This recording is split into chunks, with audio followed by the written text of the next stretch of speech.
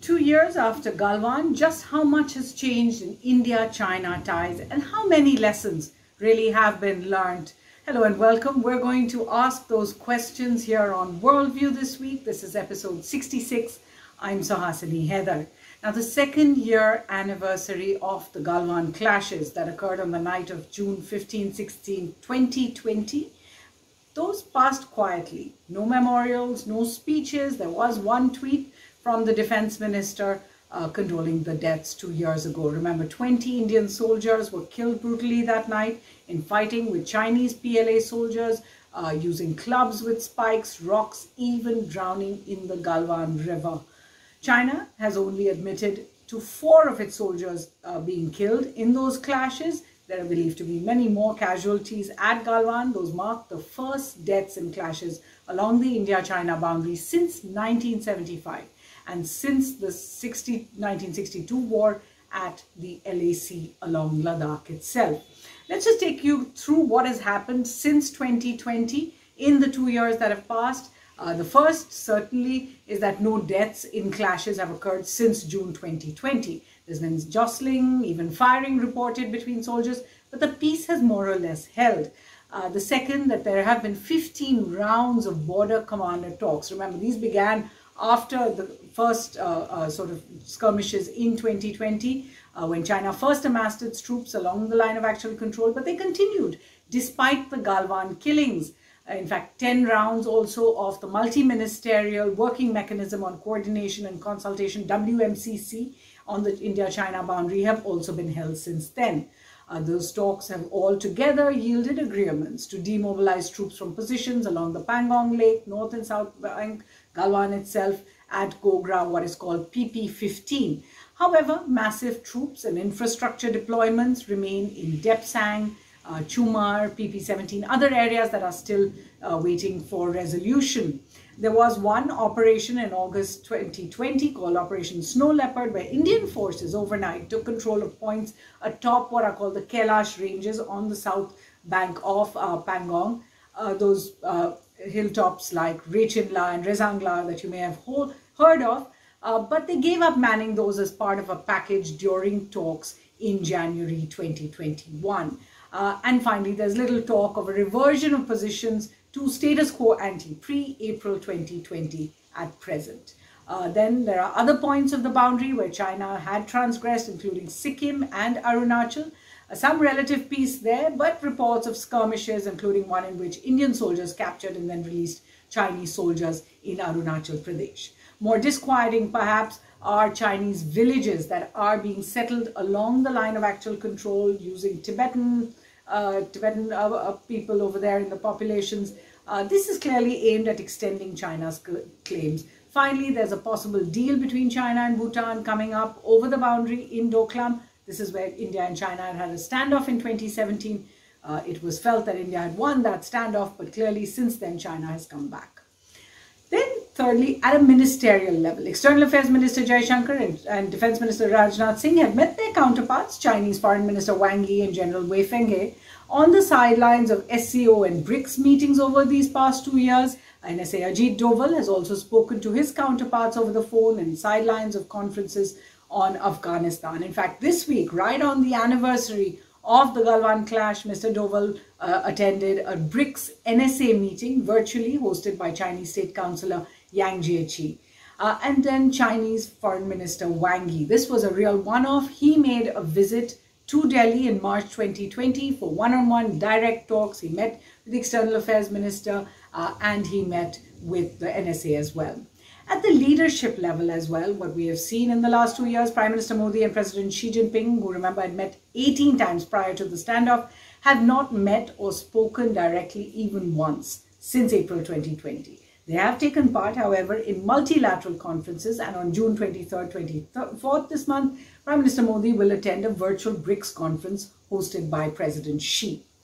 Finally, then there is the other actions that India has taken, not at the LAC, but economic actions, for example, banning TikTok, other Chinese apps, putting a go-slow on Chinese imports at Indian ports, security restrictions on Chinese FDI, which now needs special clearances as well. In addition, there have been a number of raids, much stricter action on Chinese companies operating in India by the income tax, by the enforcement directorate, by other agencies, something Beijing has protested. And then there were the sporting ties that also took a hit this year when Beijing decided to include a soldier who had fought at Galwan amongst its torch-bearing team for the Winter Olympic Games in February. India announced a diplomatic boycott of the Games, and then it did not send any official to the ceremonial events over there.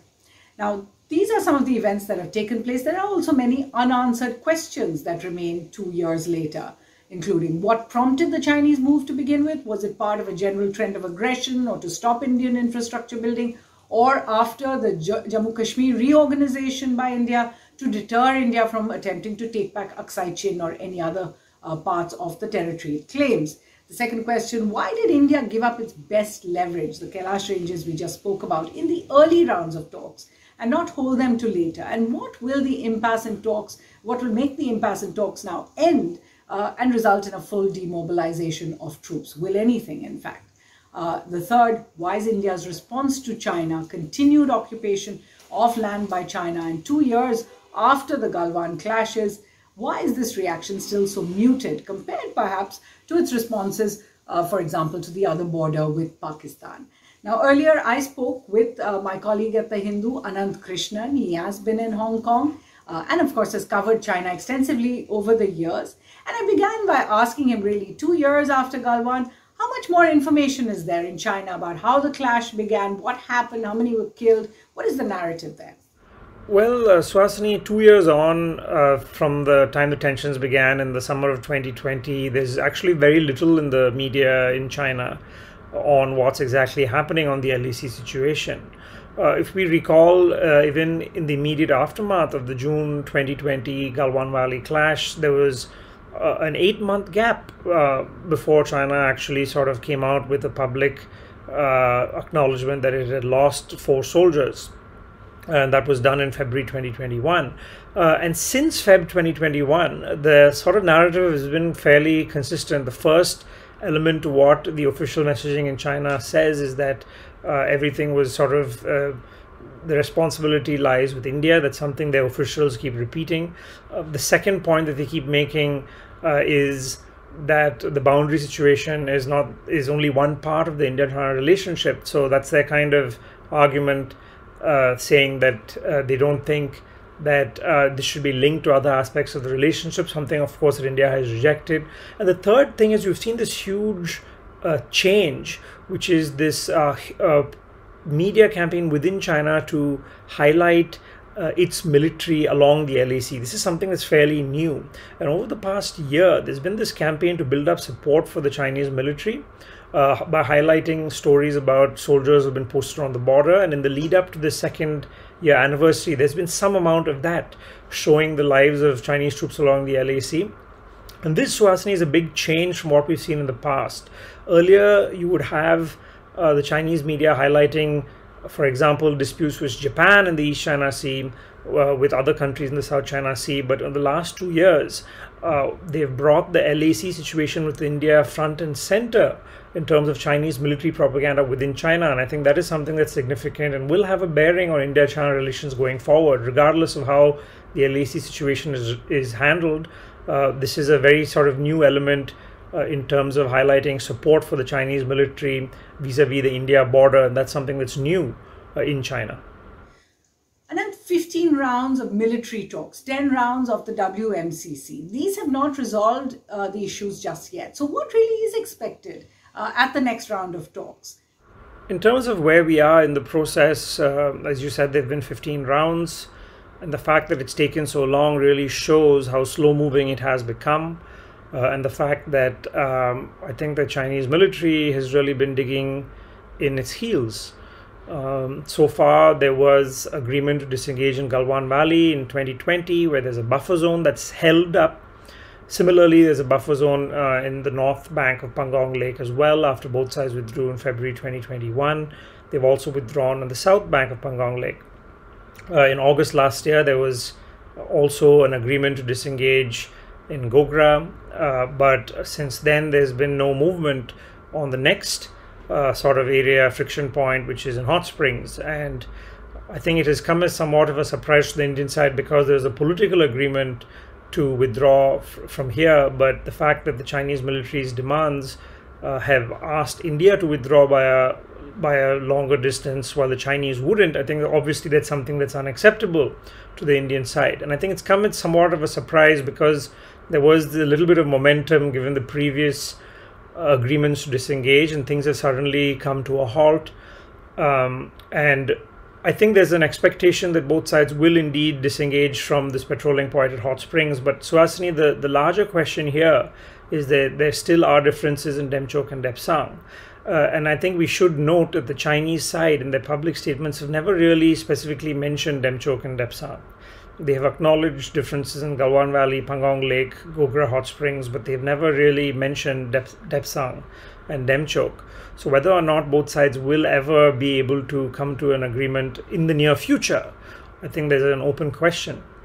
And of course, that will also lead to questions on what happens to the rest of the relationship, given that India has taken this public position that until there is complete disengagement in all friction points, there can be no normalcy, whether in terms of once again approving Chinese investments into India, which have been on hold, or other aspects of cooperation. And I think that right now, the prospect of that seems quite far off and remote because we are nowhere near complete disengagement, and which also means we're nowhere near complete de-escalation.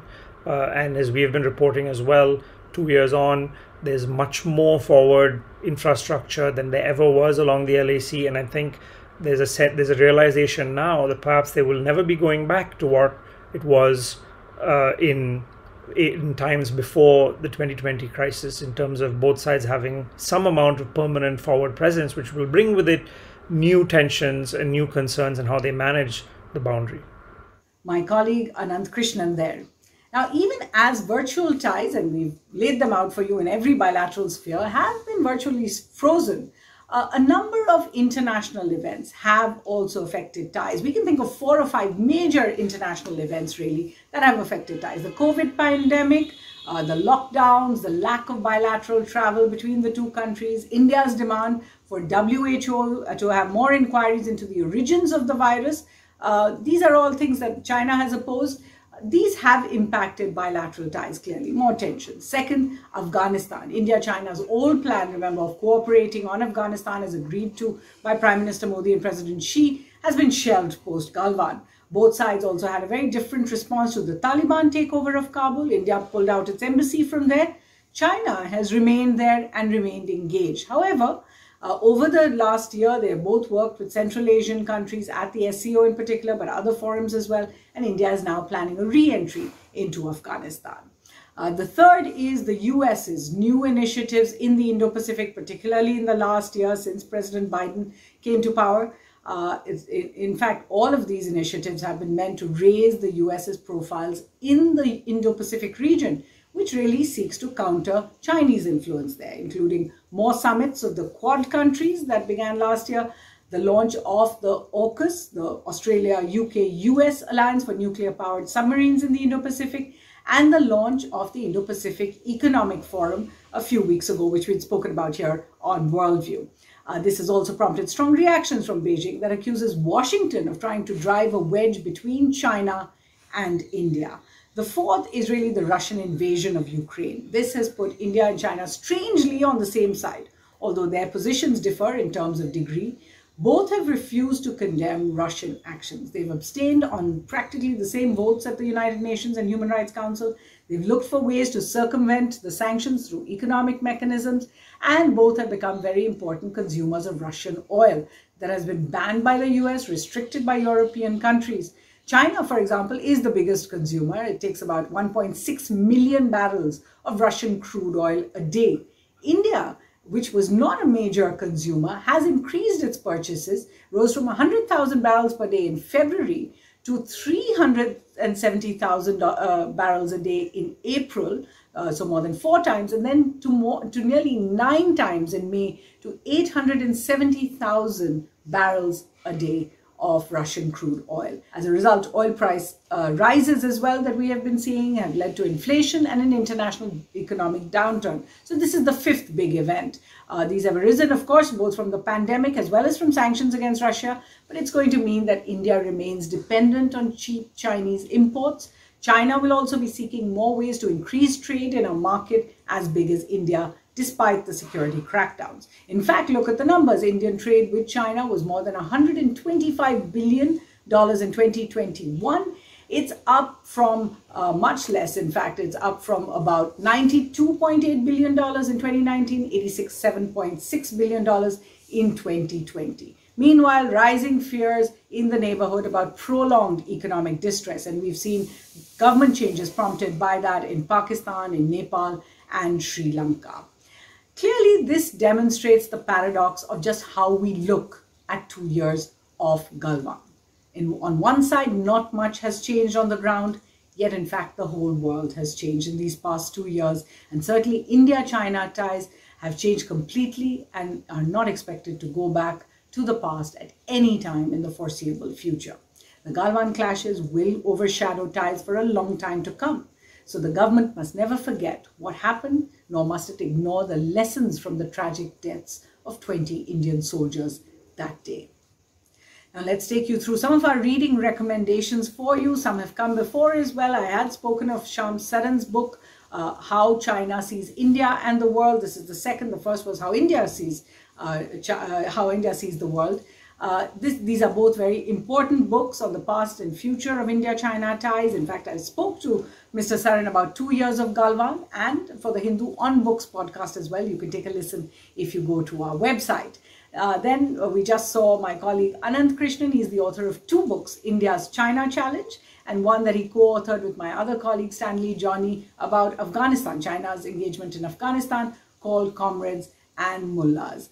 We then have a look at the history of the LAC conflict, and I would certainly suggest going to the source, to the archives. And there are 3 books that are all heavily researched, really, on and based on the archives. The first is The Fractured Himalaya, India, Tibet, China, 1949 to 1962. This is by former Foreign Secretary Nirupama Rao, who has been based in China as well.